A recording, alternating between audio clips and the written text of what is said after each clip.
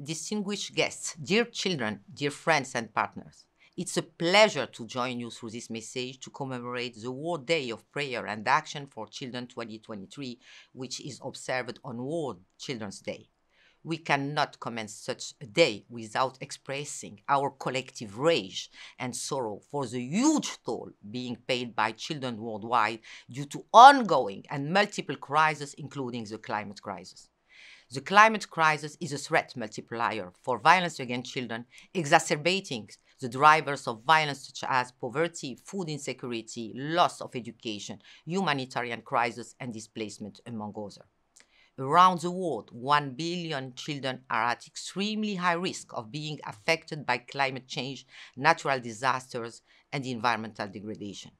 Over the past 6 years, there were 43 million internal displacements of children linked to weather-related disasters, the equivalent to approximately 20,000 child displacements per day. 40 million children are having their education disrupted every year because of disasters exacerbated by climate change, and this number continues to increase.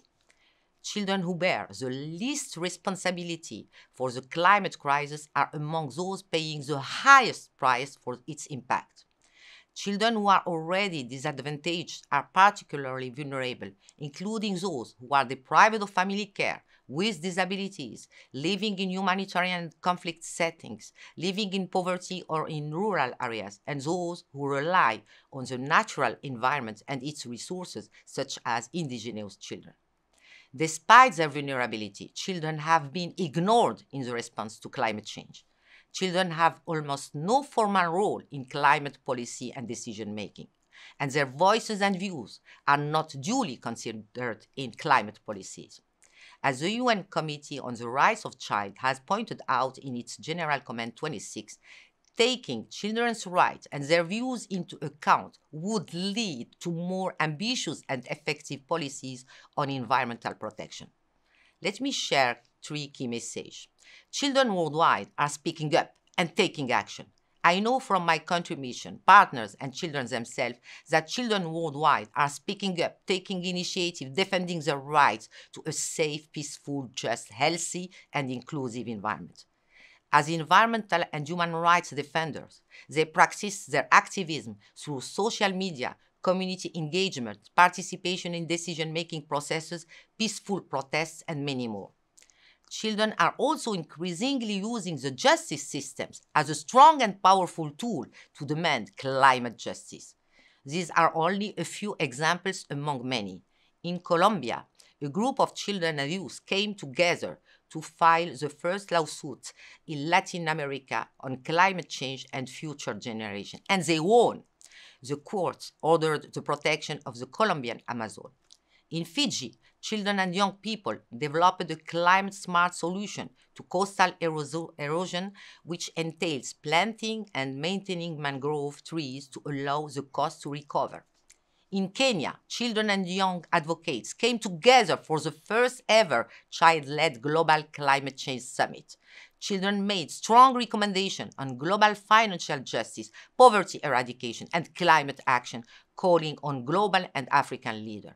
In Peru, in 2012, a seven-year boy created the first bank for children, Ecobanco del Estudiante, which turns trash that children find on streets into money.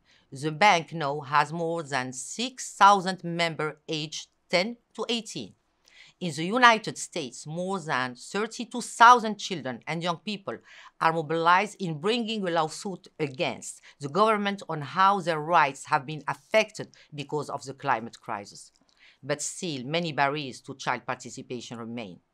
We need to bear in mind that climate action does not exist as it does today without the powerful contribution of children and youth-led movements worldwide. But the conditions for children's participation are far less than ideal. They are forgotten and invisible, are not aware of their rights, or live in societies where speaking up is hardly possible because it is seen as a breach of social or cultural norms. And when children do speak up and advocate for climate justice, they are exposed to various risks, both in person and online, such as violence, repression, stigmatization, harassment, arrest, retaliation, and threats, all posed by adults with authority. This power imbalance makes children even more vulnerable to abuse of power and authority. But these risks can be mitigated by ensuring the protection and empowerment of children through providing safe and equitable access to information, including through digital means, a safe pathway to express themselves, be consulted in decision-making process, and to take action. These steps to protection and empowerment allow children to become aware of their personal safety and that of their peers. This also encourages children to explore their relationship with themselves and others, as well as the environment surrounding them. This might draw a parallel to nurturing children's spiritual and moral development, a process which many families and children themselves might look to religious communities for guidance. In addition, religious leaders and their communities also have a key role in raising awareness and mobilizing local communities and families, as they are often the most interconnected and grassroots social organizations.